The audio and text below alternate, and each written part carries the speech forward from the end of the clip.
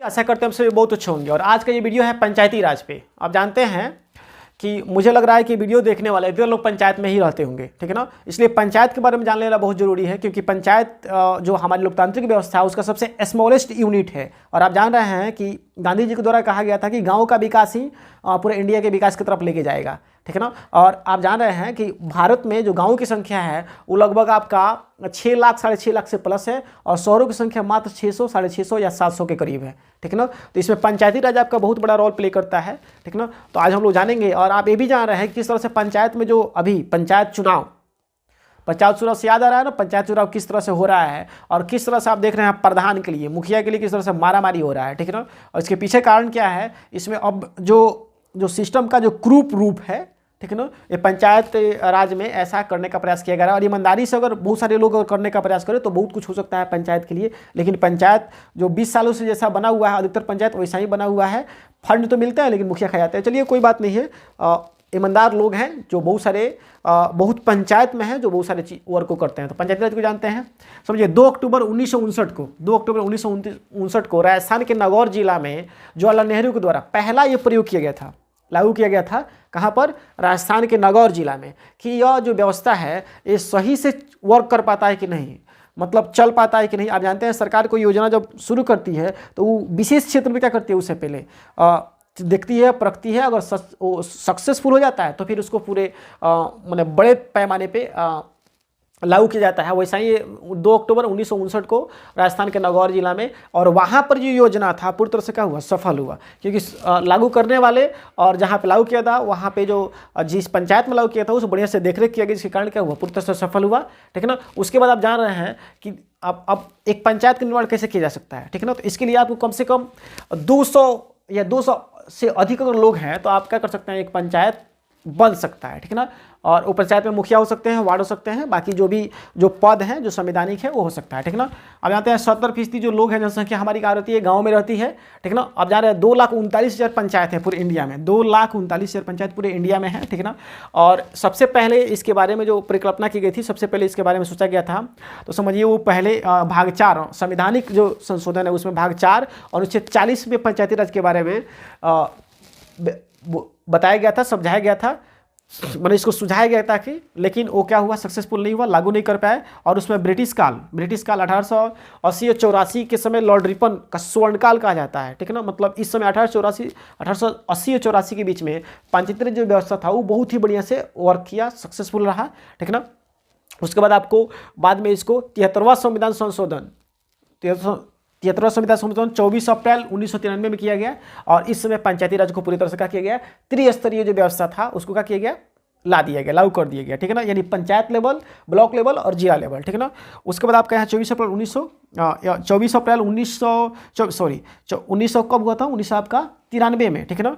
उसके बाद 24 अप्रैल को हम लोग पंचायती दिवस के रूप में मनाते हैं। 24 अप्रैल पंचायती दिवस के रूप में, लोकतंत्र का सबसे छोटा ही कहीं मैं पहले आपको बता चुका हूँ। क्योंकि अब यहाँ पे आप देखेंगे कि जिस पंचायती राज का कार्य क्या है, यानी एक पंचायत प्रतिनिधि को, पंचायत के जो मुखिया है उनको क्या क्या करना चाहिए, कृषि संबंधी जो भी कार्य हैं, जो पंचायत में जो भी कृषि संबंधी कार्य है उसको मुखिया कर सकते हैं। उसके बहुत सारे जो ब्लॉक स्तर पे जो कृषि संबंधी वर्क होते हैं उसको यहाँ तक लाके इम्प्लीमेंट करा सकते हैं। यहाँ जो कृषि संबंधी किसी को जरूरत है तो वहाँ ब्लॉक तो लेके जा सकते हैं, यानी प्रतिनिधित्व तो कर सकते हैं कृषि संबंधी कार्य में। फिर ग्राम विकास समिति कार्य भी कर सकते हैं।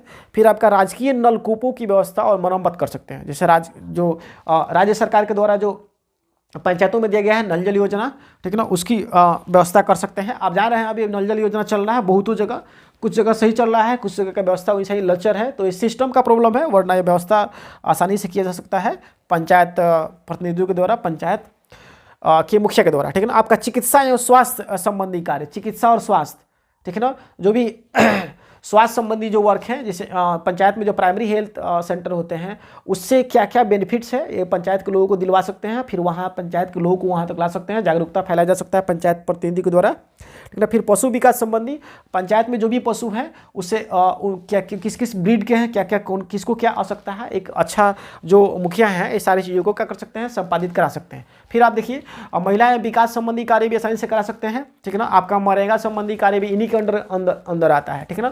आपका ग्राम न्यायपालिका, अब देखिए यहाँ पे देखिए जो ग्राम न्यायपालिका आप जान रहे हैं कि भारत में बहुत सारे कंट्राडिक्शन हैं और बहुत सारी परेशानी है, यानी हमेशा कुछ ना कुछ क्या होता है, दिक्कत बना रहता है। तो उसके लिए जो आप जान रहे हैं